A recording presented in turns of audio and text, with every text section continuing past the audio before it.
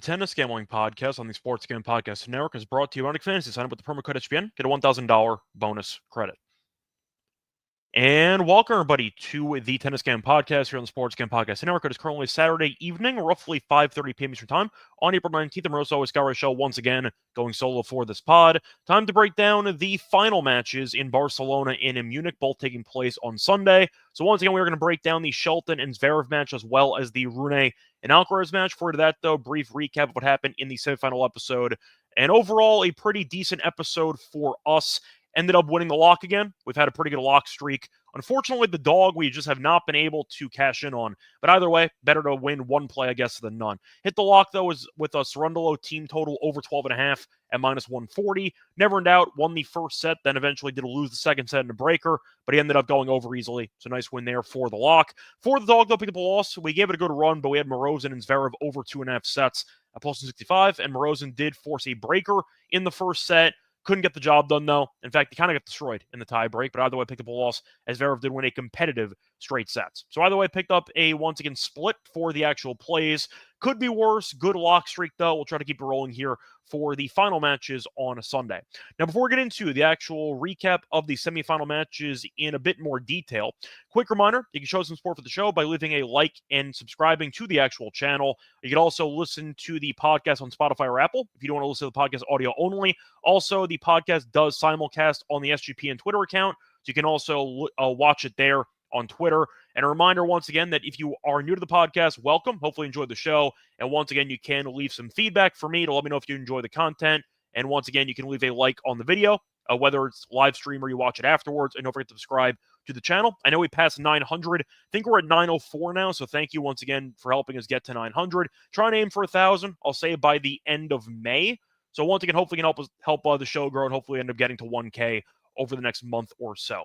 Plus, a reminder, check out the actual merch store on the SGPN website because we do have Tennis Gambling Podcast merch with sweatshirts, t-shirts, and mugs. High quality, very affordable, different colors as well. So I recommend getting yourself something there, not just for the tennis show or for the other shows with the network. And a reminder, for the actual network, we have an app. So if you do want to actually go to find all of the podcasts and picks in one location, download the app, which is free on the App Store. And a reminder, we also have an NBA Picks contest going on for free. If you pick every NBA playoff game ATS, $1,000 first place prize. So once again, don't forget to take advantage of that contest. Free to enter and $1,000 grand prize. sportsgambling.com/NBA playoffs to sign up for the contest. Anyway, getting into a bit of a deeper recap on what happened in the semifinal matches here on Saturday. Starting off with the matches in Barcelona, pretty boring. In fact, you ended up seeing the favorite win handily in both matches. Rune ended up beating Khachanov 6-3, 6-2.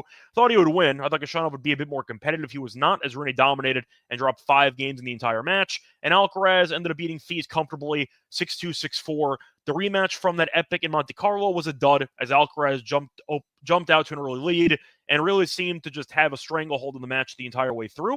But Fils, once again, just didn't seem to have it. You saw Alcaraz not get broken in the entire match, only faced 2 break points. Fils got broken 3 times, and that was all she wrote. As for Rune, to go into the actual details here, Rune faced 0 break points, so both guys served very well, Rune and Alcaraz, and they ended up winning, as Rune, once again, not even facing a break point, is pretty wild. And you saw Khachanov only win 2 of Rune's 13 second serve points. Not ideal returning for Khachanov, but once again, he looked pretty good over the course of the event. Happy to see him at least make a somewhat deep run in a 500 after the year he's had. But Khachanov basically no-showed the match, and Rune dominated. Same thing with Alcaraz, as Fils just did not have it either. But 2 pretty boring matches, pretty straightforward, and the Rune match took about an hour, took 1 hour and 7, and the Alcaraz match took 1 hour 15. So if you ended up paying for the actual tickets in Barcelona for the semis, yes, Alcaraz did win. Pretty disappointing slate of matches, though, in Barcelona.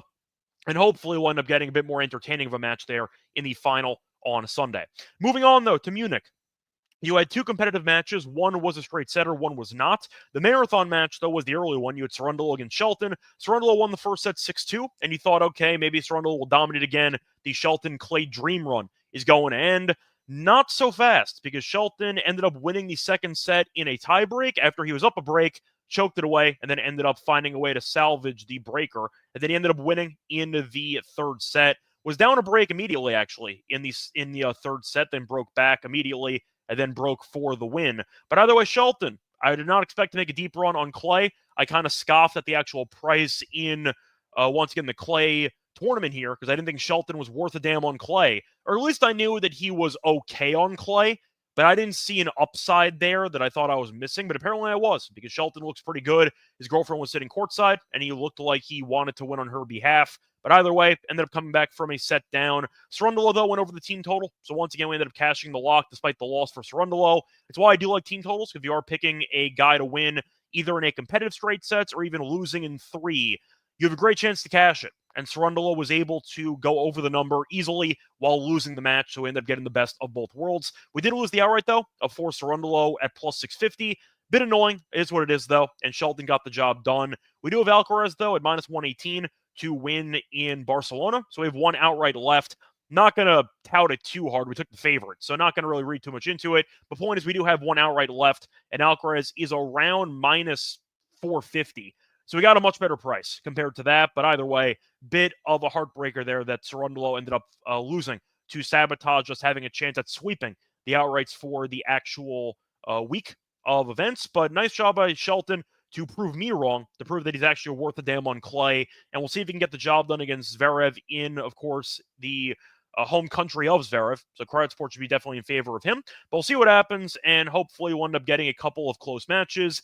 The odds suggest that we are not going to get that, but who knows? Maybe we'll get at least one competitive matchup. But once again, that's why they end up playing the matches. Now, for the actual, I'd say, recap of other stuff going around the tennis world, you have Stuttgart going on in Germany as well for the 500 event.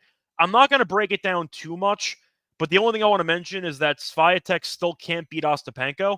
Ostapenko beat her again, this time on clay, and we know that that's definitely Iga's best surface. Then again, Ostapenko did win a French Open, so she's not bad on clay either. 6-0 in favor of Ostapenko. So for whatever reason, she just is the ultimate kryptonite to Swiatek, and that continued again on Saturday. Not going to really break down the rest of the tournament because I haven't really been following too much, but Sabalenka won, Goff lost. The main story, though, was Swiatek once again losing to Ostapenko, who seems to beat her every single damn time they play. So either way, once again, I wanted to bring that up as well. Anyway, before we get into the actual preview of the matches on Sunday in Barcelona and in Munich, brief reminder that you can find our sponsor, EdgeBoost. Because once again, if you've ever needed to deposit money to your account at around 2 a.m. and your bank actually denies you the ability to actually deposit money to your bank from your bank account, that can be annoying. And a reminder that EdgeBoost will not do that to you because they're the first ever bank account built for bettors. You can get fast, reliable access to your money, make it easier to move money where and when you need it, without the delays that come with traditional banks, plus good cash reward system. Every time you deposit into a qualified gambling account, you get 0.5% cash rewards, all this for usage fees and no minimum balance. You can also use their responsible gambling tools to help you make informed decisions and to help you manage your bankroll. Head to EdgeBoost.bet, promo code SGPN. Once again, sign up for the EdgeBoost card today. We're also brought to you by MyBookie.ag because they're the book to bet every sport, including the NBA playoffs. The hockey playoffs start in about 20 minutes. You can definitely enjoy all the action betting on MyBookie. They also have Major League Baseball. They have tennis. They have MMA. A lot of sports you can bet on with MyBookie. They also have props in every game. You can also use it for a ton of location. You can also use crypto for lightning fast payouts and easy deposits to MyBookie.ag with the promo code SGPN for 100% off the match up to $1,000. Once again, so 100% off the match up to $1,000. Terms and conditions apply. MyBookie.ag, promo code SGPN. Welcome back, everyone, to the Tennis Game Podcast. Finish going through the recap of the matches on Saturday. Time to move on into the matches for Sunday. Starting off with the final in Munich. Going to start off with the Shelton and Zverev match. For the actual projected time here, the Shelton and Zverev match is supposed to be at 7:30 a.m. Eastern Time. The Alcaraz match is going to be at 10 a.m. There's a slight 2.5 hour difference. Basically perfect, because one match should end right when the other one begins, which I do think is the best way to stagger out the matches. But point is, you have a massive favorite in both matches. Said before that Alcaraz is minus 450, but he is not the biggest favorite on the card because Zverev is minus 500. Shelton is plus 395. For the spread, minus 3.5 for Zverev is minus 125. You have Shelton plus 3.5 at plus 105. The over-under in game is set at 22.5. For the actual set spread, you have Zverev to win in straight sets at minus 155. You have Shelton to win a set at plus 125. The over 2.5 sets is plus 185. For that head-to-head history, faced off one time last year in Cincinnati, and you saw Zverev beat Shelton in a marathon as he won 7-5 in the third set. It was on hard court. Of course, we know Cincinnati was the fastest hard court last year, but that was the only meeting they had, and it was a marathon, which Zverev eventually did win. Now, for the path of both guys, Zverev's been solid for the most part, did have a pretty lucky escape against Griekspoor, as Griekspoor serving for the match in the quarters. Then he choked it, and Zverev took advantage of the second life and got the job done in 3. Only set he's dropped so far in the event. Beat Mueller in straight sets, beat Altmaier in straight sets, beat Griekspoor in 3, and beat Morozin in straight sets. For Shelton, he's had a couple of scares, but I'd say he's mostly been comfortable, as he was able to beat Gojo in 3. That was a bit scary there. Beat Darderi and Dzanchop in straight sets, and ended up beating Cerundolo in a 3-set marathon there. So yes, Zverev has looked better. We know that he's not looked good since the Aussie Open. Of course, he also made the French Open final last year, so he is, objectively speaking, the better clay player. However, we've seen him have a couple of marathon sets at a breaker against Morozin, at a breaker against Griekspoor, 2 actually against Griekspoor. So I think you're looking at Zverev, who has been vulnerable, but he seemed to regain some of his form that, of course, we saw last year en route to the French Open final. Shelton, I did not think he'd make it this far, so congratulations on the Cinderella run. Am I picking him to beat Zverev? No. I think you could argue if it was in a place not named Germany, I think you might have an argument, but with Zverev having the crowd behind him, I think Zverev wins the match. Now, the problem is he's minus 500, so you got to get creative here. Do I trust Zverev to win in straight sets at minus 155? To be honest, I don't like the price that much. I think Zverev is very capable of punting a set. We know that Shelton is a very good tiebreak player because of the good serve. I could see a world where Shelton wins a breaker. Would I pick him to win the match? No. I think Zverev's going to win, but I do think for the value itself, maybe team total over. Problem is 12.5 is like minus 190. You can find 13 for Zverev at even money, which maybe is intriguing, but you're probably looking at a push. I think Zverev should win in straight sets. Do I want to lay it at minus 155? No, I really don't. Do I think the under is a good play, 22.5, if I'm picking a straight set win for Zverev? No, because I can see a breaker or 2. So I think you're kind of stuck trying to find some value here. I found a prop I'll mention later on in the show that I'll take as my dog. But for the actual match itself, I think Zverev's going to win. If you want to make an argument for a straight set win, maybe Shelton team total under at like 10 or 10.5, because you're picking Shelton to go to a breaker, then get broken about one time and end up losing maybe 7-6-6-3, and then you could end up cashing that team total under. That's probably the way I'd go about it. I think Shelton, once again, is a surprisingly decent clay player, but Zverev's a pretty bad matchup for Shelton because Zverev, unlike Cerundolo, does have a good serve, and Cerundolo had some unforced error issues, which tends to be the reason why he loses in a lot of matches. Zverev, though, is pretty rock solid most of the time. The issue is mentally, he can have some lapses. Shelton can do the same thing, though. We saw in that second set he was able to win. He also was up a break, then went for a crazy second serve bomb, which he double faulted on, which was really bad shot selection. Then he double faulted in the breaker up a mini break when he went for a kick serve up the middle for basically no reason. So Shelton's shot selection's not great either, but Zverev is pretty rock solid, and Shelton's volley game and his drop shot game were abysmal the entire match against Cerundolo. So I think that Zverev's deep return position should actually work to his benefit in this matchup, because I don't trust Shelton's touch game recently to exploit that. So I think Zverev's going to win, probably in straight sets, but I don't want to lay the price there. I'll go with Shelton team total under 10.5 games here. I think Shelton can go to a breaker, still lose a 6-4 in the second set, and you end up cashing. But give me Zverev to win this one, in my opinion, a close straight set matchup. Moving on, though, to Barcelona, another massive favorite. Alcaraz minus 450. Rune is plus 360. Alcaraz, though, minus 4.5 games at minus 105. Rune is plus 4.5 at minus 115. Find that fascinating, by the way. Zverev is a bigger favorite by about 50 cents, yet his game spread is 3.5 and Alcaraz is 4.5. So you are expecting a bit of a longer match in the Zverev match based on the potential tiebreak, but point is Alcaraz expected to win in this matchup. For the spread here, you have the Alcaraz set spread minus 1.5 at minus 145. You have Rune to win a set at plus 115. The over 2.5 sets is plus 175. The over-under in games is set at 21.5, or a juice 20.5. The over is minus 135. Now, for that head history, it's been one-way traffic for the most part. They ended up facing off in an exhibition in the Six Kings Slam which was in Saudi last year, and Alcaraz won in straight sets. That was on hard court, though. Faced off in Wimbledon 2 years ago, Alcaraz won in straight sets. Faced off in Paris in 2022. Rune won the first set, and then you saw Alcaraz retire mid-breaker in the second set. And they faced off in the next-gen finals in 2021, which was first to 4. A reminder there, and Rune won a grand total of 5 games the entire match. Got absolutely destroyed. So if you want to include each of those sets that went to, once again, first to 4, Alcaraz has won every set except for 1.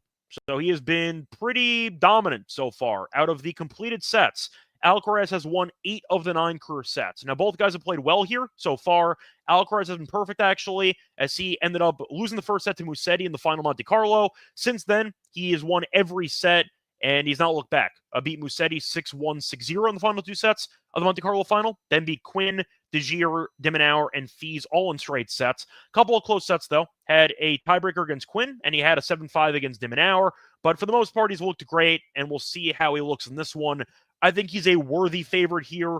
Rune, though, has been good so far in the event. So I'm at least pointing out the fact that Rune has played up to his standard. The issue that I have with Rune is that the upside is always there. He just taps into this maybe 2-3 times a year when he should tap into it more. We saw him make a final in, or I should say the semis of a final a couple of weeks ago, ended up losing in the matchup to, I think it was, who was it, Draper that he lost to? Or was that the final? It was the final, and Draper killed him in Indian Wells. So the point is, Rune occasionally has these runs where he can make it to finals and can make, once again, respectable showings, but those are so few and far between to what they should be, because Rune's talent is undeniable, but it seems like he has a couple of moments every year instead of it being the norm. And it's pretty frustrating, but this is his second ATP final this year, as he lost to Draper on hard court about a month ago. We'll see if he can get the job done here in this one. He has been good, though. Ended up beating Ramos Vinolas in straight sets, ended up beating Baez in 3, beat Ruud in straight sets, and beat Kashanov in straight sets. So yes, Rune has played well, I'll admit it, but of course we know Alcaraz in Spain, his home country, is a different animal, and I do think that it's going to be a very tall task for Rune to win. The question is, can Rune win a set? Yes, I think he can. Am I picking him to do so? No, I am not. I think Rune will lose maybe one close set and one somewhat lopsided set, but I see Alcaraz looking sharp with the crowd. You're looking at Alcaraz, who has been a 2-time champion here. He's won the title 2 of the last 3 years. I think he's in a good spot to get it done. Also worth mentioning, if you want to go for the history of the event, yes, it does feature a ton of Nadal matches, so it is a bit skewed. But if you want to actually look at the head-to-head history here, once again, Alcaraz has owned Rune so far. And if you want to go through the title match history in Barcelona, each of the last 3 championship matches ended in straight sets. And if you want to factor in Nadal, which I know can be a bit misleading here, you have looked at 10 of the last 11 title matches ending in straight sets. So once again, pretty straightforward, actually might go back even further. 3, 4, 5, 6, 7, 8, 9. So actually take it back. 12 of the last 13 title matches in Barcelona have ended in straight sets. So if you want to factor in history, you don't have to, but I don't at least mention it because it's a fun trend. I think Alcaraz wins in straight sets. I think you're looking at what could be a potentially competitive set, but I don't think Rune is going to be able to keep up with Alcaraz, and the firepower will be too much. I think Rune will mentally check out at some point. I think Alcaraz wins. The problem is straight sets once again is minus 145, which is not too shabby. If you want to take it, you can. If you want to go for team total over 12.5 at minus 125, maybe get one competitive set, maybe not. But I think that at the end of the day, Rune will end up losing in straight sets. I'll back that history, and I'll back the historical trend in the title match. Give me the Spaniard to win in straight sets, and Alcaraz's 2 matches that he won to win the title here a couple of years ago, beat Busta 6-3, 6-2, and ended up beating Tsitsipas 6-3, 6-4. See a similar script here. I think it might be a 6-4, 6-4, maybe even a 7-6, 6-3, something like that, but I think that Rune loses in straight sets. I'll go with that as my main thought for this matchup. Anyway, that's going to wrap it up for the actual preview of the final matches in Munich and in Barcelona. Now it's time for the Lock and Dog picks. Before we get into, though, those 2 picks, quick reminder, they're brought to you by our sponsor fans. You can play their own and pick them. For a chance to win times your money, you can also use different sports. You can also use tennis. You can use the NBA playoffs, the NHL playoffs. You can use MLB as well. Mix and match for a chance to win times your money. You can also use the promo code SGPN when you sign for a new account with once again, Underdog Fantasy. To get a special kind of first-time deposit offer up to 1K bonus cash on fantasy promo code SGPN. We're also brought to by Rhythm because they're the home of ad-back picks and props. They're also live for Major League Baseball. If you want to try out models, they have you covered for baseball, for NBA, and for golf. They also have college basketball, but of course it is the off season. You can also be a real model if you want to experiment with that. You can also use the discount codes with them. They have 2 discount codes, one for a monthly deal, one for an annual deal. For the monthly deal, use the code SGPN25 to get 25% off, and for the annual deal, 50% off with the promo code SGPN50. That's Rhythm, RITHM, promo code SGPN25 or SGPN50. Welcome back, everyone, to the Tennis Game Podcast. Finished previewing the title matches in Barcelona and in Munich for Sunday. Now it's time for the lock and dog picks. For the lock, I'll go to Barcelona. I'm going to go with the Rune team total under 9.5 at -120. Saw some books at 8.5. I found the 9.5, but I like -120 here. Alcaraz, as I said before, is around -145, -150 to win in straight sets. So it's a pretty good way to reduce the juice because it is pretty difficult to actually win in straight sets while having the opponent go over 9.5. You'd need 2 very competitive sets, which I don't see happening. I think Alcaraz will win one set at least 6-3, maybe 6-2, but he's playing good tennis and he's been owning the competition. Alcaraz's opponents have won less than 9 games in 5 straight matches.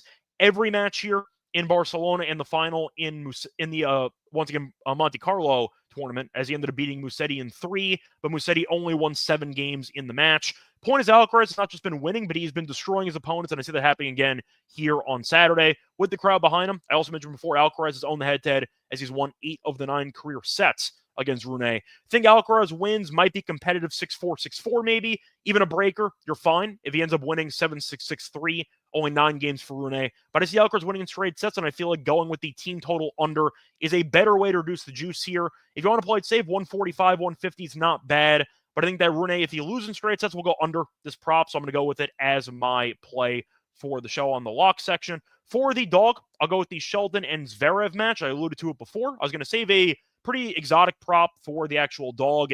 Give me the over half a tiebreak at +110. Saw this on Bet365. Now, for the actual trend so far for both guys, a lot of breakers. There's been at least one tiebreaker in 5 of Shelton's last 6 matches. We know he's a big server, and he's not the greatest returner in the world. Had a breaker against Rundle in the semis. He's had a breaker quite often in the event so far, as you saw him go to a straight sets win against Serdario with no tie breaks, but he had a breaker against Zandschulp and 2 breakers against Gojo. So he's had a breaker in 4 of the 5 matches he's played so far in Munich. And you're looking at Zverev, he has had a breaker in 2 straight matches.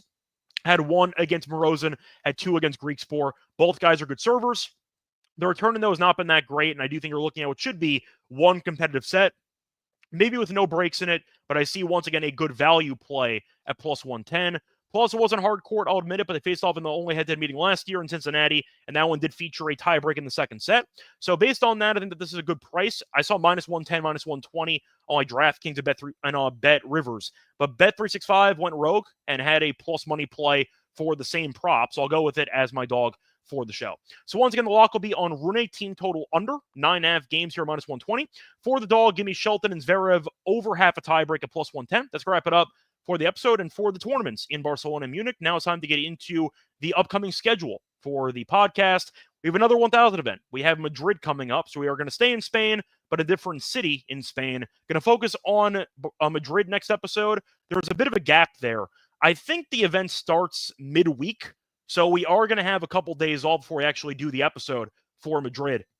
So we're not going to record on Sunday. Keep that in mind. But point is, there is a 1,000 event. We're going to break down every round of that event, but it should be fun. We'll have quarter odds probably, so I'll break down quarters as well, and I'll also get into my outright picks to win Madrid, but that's going to happen next episode. Stay tuned for that. Till next time, don't forget to leave a like and subscribe to the channel. Don't forget to leave a rating and review on Spotify or Apple. Also, don't forget to check out the merch store for Tennis Game Pockets merch. You'd also find me on Twitter, Radio, find me on the NBA show and the WNBA show as well, and the MLB show. But until next time, good luck to all of you and all of your bets. Bye, everyone.